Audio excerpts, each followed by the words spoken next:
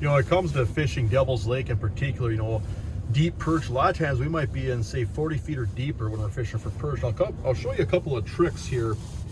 And this stuff isn't unique to Devil's Lake. It works other places too, but it sure shines in this deeper water. Basically what we do is we use a lot of droppers. And basically what a dropper is, if you take a spoon, here's a clam speed spoon, just see it's just pretty aerodynamic, just so it darts, it just falls down through the water fast. And then there's just a little chain below it. And basically this spoon, use that to get it down in the deeper water, keep your presentation sensitive.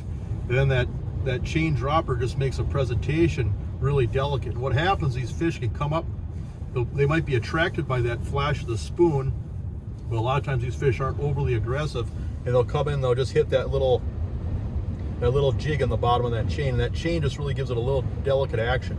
And so speed spoon's really effective. Now this here is what's called a Haley, which is really similar, and these catch a lot of perch on Devil's Lake. And I like the dropper on the speed spoon better, just because you can see here on the bottom there's a little clasp where I can actually change hooks. I can put a small treble hook on there, I can put different jigs on there, so I like the clasp at the bottom of the speed spoon. And so here's a couple of spoon chain droppers that are really effective. But I'm going to show you a couple other presentations here that are really effective on Devil's Lake. This is what's called a hanger rig, or a pencil weight. And these, as far as I can remember, they originated out on Mendota over near Madison, Wisconsin, where they also do a lot of deep water perch fishing. But here's just a really, you know, just a weight. You see here on the top here there, it's flat, and sometimes you'll see washers welded. And what that does is it enables you to pick that up on the Vexlar. So if you're fishing really deep water, you can turn your gain really far down.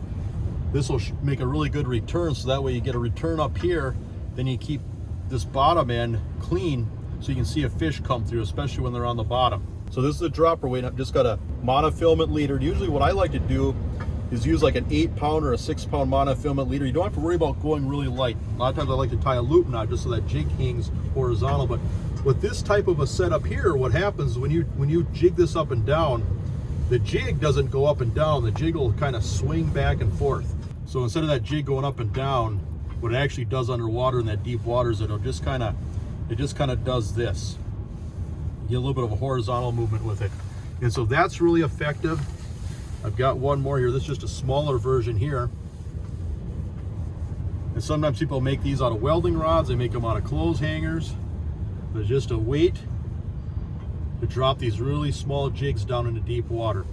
And typically, what I like to do is have that dropper just a little shorter than the length of that weight, so that way it doesn't get tangled up when you drop it down. But really effective for deep water finesse fishing for perch.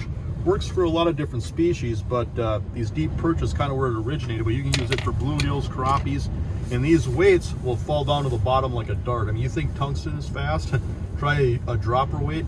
You can get down into 40 feet of water in a lot of times less than 3 seconds. And so they just drop down the bottom like a dart, so you get a fish up and get right back down there. Just a great delivery system for getting these really tiny jigs into deep water when you're fishing for perch.